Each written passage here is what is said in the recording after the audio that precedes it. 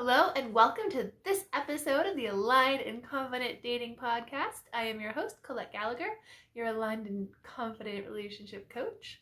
And today's topic is how to leave an emotionally abusive relationship and then active recovery steps you can do if you're either about to leave or you've already left and you're just feeling terrible about the whole thing. This episode is actually very near and dear to my heart. I have definitely experienced emotionally abusive relationships, both in my family and also when I was dating. And so a lot of times when we're growing up in an emotionally abusive environment, we think it's just normal, right? If you're a fish and you're in a fishbowl, then you think it's normal to be in a fishbowl. You don't realize you're in water.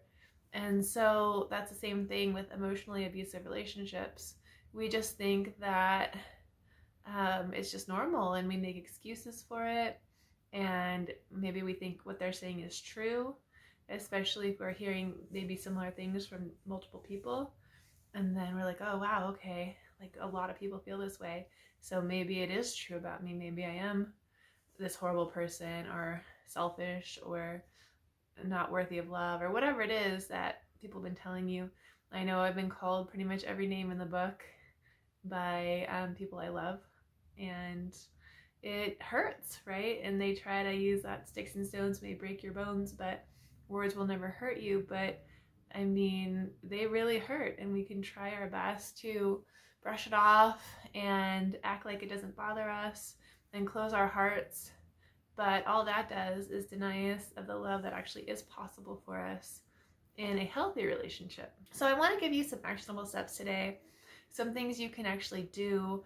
And if you're in an emotionally abusive relationship, then I hope that you are actively doing things to get out of that relationship, because I know a lot of times we hope the person's going to change, or they're going to suddenly see our value, or they're going to realize that they can't live without us and change. But the reality is they probably won't. I mean, there's a slight chance, but it's not worth your happiness in your life to stay and find out. It's much better to walk away. So I just want to encourage you, if that's the situation you're in, just realize you're worthy of so much more. And there really are people who will love you, even if it doesn't feel like that right now. I know there's been times in my life where I just felt like nobody would love me, and my world is completely different now because I allowed myself to start being with the people that appreciated me and were nice to me versus choosing to hang out with the people that weren't. So because I got this like skewed mindset where I thought, okay, well, these people that are nice to me, these people that are caring and loving, they just don't know me well enough. They just don't know the real me yet. So I better just hang out with these people that aren't very nice and who aren't very loving, because then I don't have to worry about the hurt and disappointment of finding out that these nice loving people are going to start to be mean to me as well. So trust me, like I totally understand the dynamic, and it was really when I changed and just took that leap of faith to hang out with the people that were nice to me and see what happened, that things really started to change. So I made that commitment to myself to only hang out with people who valued me, only hang out with people who are nice to me and who love me. And if they stop being nice and stop loving me, then I just find new friends again. But luckily, I've had friends for years and years and years, and they're still nice to me and they still love me. So it is possible for you.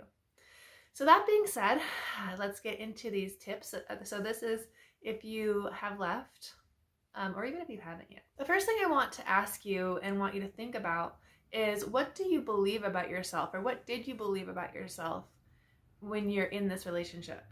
So a lot of times we take on beliefs about ourselves, and then we find people in the world to match those beliefs. It's almost like we're magnets to attract people that align and agree with our internal beliefs and inner monologue.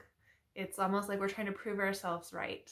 So if we have internal beliefs that we're not worthy of love, that no one will love us, that people are really mean, that whatever it is, if we have these beliefs, we're going to attract that because that's what we're going to see. And then all of these other people that are nice, we're not even going to see them. They're just going to be, background.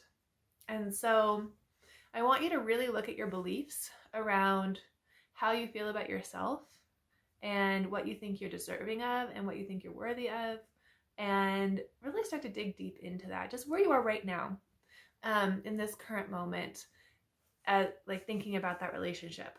What beliefs did you think about yourself? For me, there was a combination of thinking that I was too selfish to have someone truly love me, thinking that I was super annoying, that I was asking too much, that I was crazy because the person I was dating made me feel like I was the crazy one when really they were lying to me. But instead of owning the crazy, because we're intuitive, right? We know if someone's lying to us, but we also know when we don't want to believe that they're lying to us, we'll believe what they tell us. And so if we would rather believe that we're crazy or that we're wrong than that they're actually lying and our intuition is correct. And so just looking into those things, and then also, what did you believe about the other person? So maybe you thought, oh, if I just love them enough, or maybe if I can just make them happy enough, then they'll be nice to us. We're trying to earn that love. We're trying to earn that validation from someone outside of ourselves. So just looking into those beliefs of what did you believe and what did you need to believe to stay in that relationship or to even attract that relationship in the first place.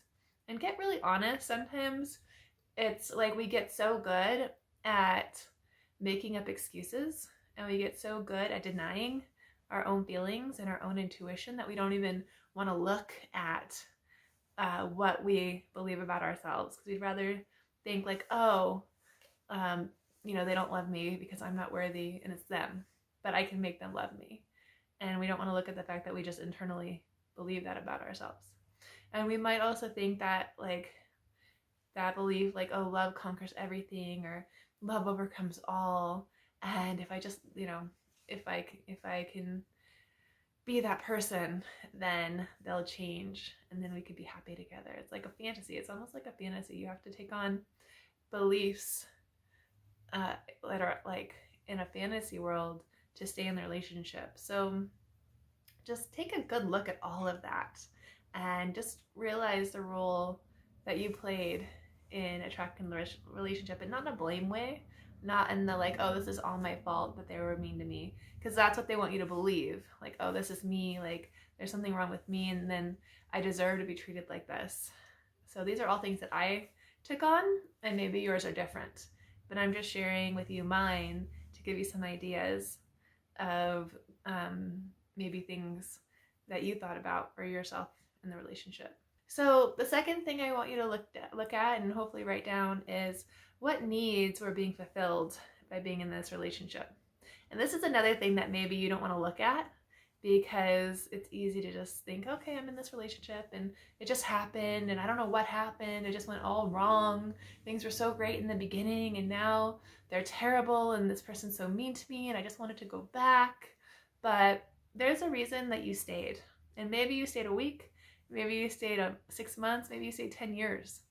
But there was some kind of need being fulfilled by being in this relationship. Maybe it was, I need to feel like I'm helping, right? So maybe you stayed in this relationship because you thought you could help the person. And so maybe you felt like this savior. I know for me, the person I was dating was an alcoholic. And so I was the one that would drive him around and be his DD and make sure he got to bed safe and make sure he didn't fall over. And so for me, I got this like sense of value, this sense of worthiness from helping. And really I was just in a codependent relationship and I was enabling him. But so it's like, you don't want to look at that, right? You don't want to see that.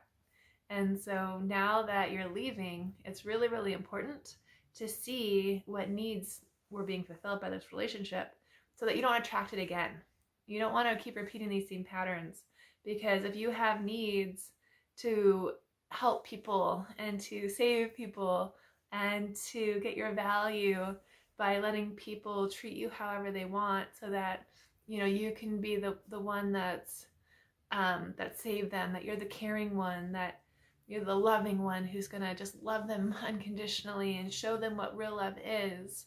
There's like a need being fulfilled there, and there's a way to get those needs met without someone abusing you. So you could do the same thing by volunteering in an animal shelter and, walking the dogs and helping the dogs in the animal shelter, and because they need help, right? And so you can help animals, or I mean, who knows? There's just so many ways to get your needs met in a healthy way, where you're not allowing other people to mistreat you, or even making excuses for it, or even thinking it's okay. And so just really important to look at that, and then what you were avoiding. So again, goes kind of with needs. It's like, okay, what am I avoiding looking at within myself that I'm using this other person as an excuse not to look at? So for me, it was looking at the fact that I didn't think I was worthy of love, looking at the fact that I didn't think anyone would really love me. I didn't want to look at that, right? So I wanted to date someone who already felt that way, and then blame them for not loving me the way that I actually really truly wanted to be loved. It was easier to avoid all of these feelings by putting my attention outside of myself. I was also taking care of my elderly grandparents, and so I didn't want to really, I wanted a distraction from, caring about them and the helplessness that I felt in trying to care about them. So I thought, maybe if I can take care of this other person, then it would make it all okay, because I knew I couldn't save my grandparents, right? They were just slowly declining, and there's nothing I could do. But maybe if I could save this other person, then I could be loved, and I would be worthy of love and worthy of being valued. So just so many things that deep down we just really don't want to look at, and so we accept less than we deserve. So just really important to think about these things. What are you avoiding? What are you trying not to think about? What are you trying not to look at in your life right now? Maybe it's your own health, or your own finances, or your lack of friendships, whatever it is. I mean, it could be anything. But just what are you trying to not look at about yourself that you're trying to distract yourself with pouring all of yourself into someone else? So another important thing to look at when you're evaluating your past relationship is, what behaviors were you allowing that weren't okay?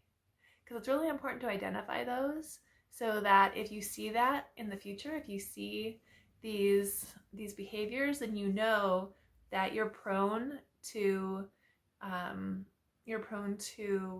reacting a certain way to those triggers. So it's important to look at it, so that when you see it, you could say, like, oh no, I'm not going there. I'm going down a different path. I'm not repeating my same mistakes again. So what excuses did you make for the person? So this starts right in the beginning of a relationship. And I believe that emotionally abusive people, narcissists, just people in general, these things start like within the first few months, sometimes the first date, and then we make excuses. So maybe you went on your first date and they said some like rude comments, and you just ignored it, and you just decided, okay, well, it's okay. Maybe they're right. Maybe you agreed with it. Maybe they said something negative and you agreed. And maybe it wasn't about you. Maybe it was about someone else. And so just looking at those things that you ignored, and going back and thinking about the beginning of the relationship or during the relationship, what behaviors were just not okay, right? So maybe they have an alcohol problem, or they have some kind of addiction that you made excuses for. Oh, they're stressed out at work, so they're just having a few extra drinks. Or they only party on the weekends, so it's not a big deal. And so you're making these excuses for or maybe they don't call. Maybe you don't even know, you're wondering where they are half the time. And so they don't call you, and then you make excuses like, oh, I'm too needy, I'm asking too much, I'm crazy, I'm just jealous, right? So all of these behaviors that weren't okay, because in a nice, healthy, secure relationship, your partner wants you to feel secure. My love, he calls me every single day. He calls me during lunch, or at least if he doesn't call during lunch, he'll text me at some point just to ask me how I'm doing, pretty much every single day. And if he doesn't, I don't freak out or anything, but I don't ask him to do that. I don't make a big deal if he doesn't do it. But it's like, I never have any question about whether he cares about me. He's very loving. He always tells me he loves me. I never wonder how he feels about me, and that's how it's always been. I've never wondered if he cared. And even in the beginning of the relationship, when things were just going slowly, he always showed interest. So there was never any point where I was wondering if he liked me or not, or anything like that. And so you want to date someone where you feel secure from the beginning. And I think when we're used to someone, like when we're used to being emotionally abused, we're used to not feeling secure. And we're so used to it that it's normal to us. And so when the person is doing these things, not calling, not texting, making you wonder where they are, and all of those things, you think, oh, okay, that's normal. But it's actually not. So just again, looking at those things, maybe they were acting like they were doing you a favor by dating you. I've had that before. And so just, again, awareness, getting super clear, super aware of all of this stuff that maybe you tried not to look at for a really long time. And maybe you were just blaming yourself for the whole relationship going wrong. Or maybe you are blaming them for everything. Maybe it's the opposite. Maybe you're saying, oh, it's all their fault. They're a jerk. They're mean. But you stayed, right? So it takes two people to be in a relationship. And so I definitely recommend looking just at all of this stuff, like the part you played. A lot of times it's easy to play that victim, but no one was holding a gun to your head to stay in the relationship. And if they were, then it's definitely time to run and get a restraining order and maybe even move, do what you got to do to get away. So it's just realizing that you had the freedom to leave at any point. And again, you can give me all of your reasons why you stayed, why you had to stay. But again, like that, all of those entanglements were created gradually over time by choices you made. And so taking responsibility for that without blame. And again, if you're used to getting blamed for everything, I don't want you to think that that's what I'm telling you. Oh, this is all your fault. No. There's a difference between taking responsibility and blaming yourself for everything. So definitely look at where you could have done something different, which is taking responsibility for your actions, and definitely look at what the reasons behind those things were.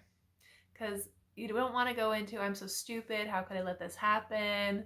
This is all my fault. Like, you definitely, because this is why you attracted this relationship in the first place, is because it's easy to go into these negative thought patterns and then find things that match it. So the last thing you want to do right now is go into shame, guilt, anger. You want to be very loving with yourself right now, because you took a huge step to either think about leaving or leaving.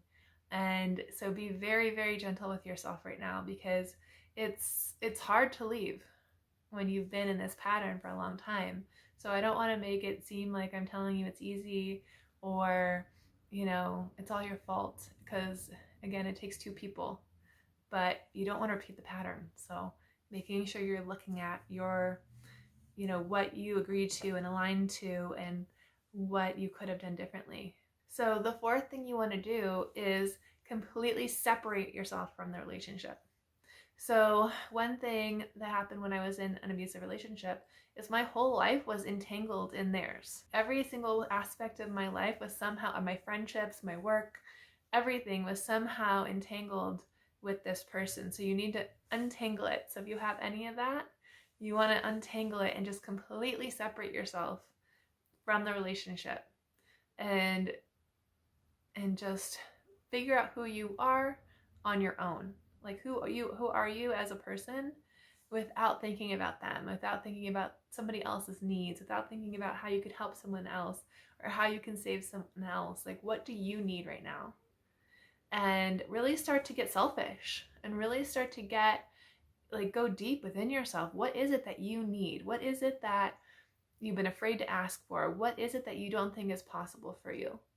And go deep and just write that out and think about that and just really know that who you are as a person matters, and who you are as a person is worthy of love and worthy of receiving and worthy of feeling secure and supported and listened to. You weren't getting that from this relationship. And so you definitely want to find out who you are now as a single person, as your own being. Who are you really? And what do you like? And what makes you happy? And what's great about you? And start to think about those things. And start to reprogram your mind. Because for a long time, you've probably been running programs that aren't very happy and aren't very useful. And so you want to literally reprogram your brain and start thinking about the good things about you, why you deserve love, why you're a good person, why anybody would be lucky to be with you, and focus on those things. Because if you've been used to being, emotionally abused and torn down, and, maybe you feel really unattractive right now, so just start taking really good care of yourself. All of that love and energy you were pouring into that other person, start to pour it into you. And maybe that makes you so uncomfortable because you're not used to being cared for. You're not used to being cared about. And so even the idea of caring about yourself more than you care about someone else just might even seem wrong to you right now. But I promise you are so worthy of being cared about, and you are so worthy of being loved. And so I just want you to take all of that love that you were giving out and pour it into yourself, and loving on yourself and buying yourself gifts and making sure you're okay and making sure you're happy, and just really focusing on yourself. And I'm giving you permission right now in case no one else has ever given you permission to do that. And then the last thing that I suggest is that you find a support group. So this could be friends. Maybe you've had friends for a long time and maybe they've been telling you to leave this relationship and you didn't want to listen because you weren't ready. Maybe you don't have friends. Maybe you've let all your friendships go over the years, and then now all you had was this person, so you feel like you don't have anyone to talk to. Definitely look into support groups. And this could be anything from a church group to a local meetup to a women's circle or a men's circle. There's so many ways to get support. Maybe it's even therapy. A lot of insurances cover therapy. So you want to get support. You want to get into an environment where you can be witnessed, where you can be seen, where you can be heard, where you can talk about these things that are just being bottled up inside, so that someone can witness you and see you and love you. And so you can get used to that, and getting used to being loved and heard and seen in an environment that's very supportive. So I definitely recommend finding some kind of good support group, whether that's friends or professional support groups, or even maybe like a Weight Watchers group if you are looking to lose weight. But you just definitely want to start finding different ways for people to support you, and whatever that looks like. And so I hope this has been helpful for you. I definitely would love to hear your feedback and your comments, and definitely reach out to me if you want to really dive deep into this and work on this together. And I have courses available, workshops, and I would love to see you in one of those soon. Have an amazing day. Keep creating rich and manifesting powerfully.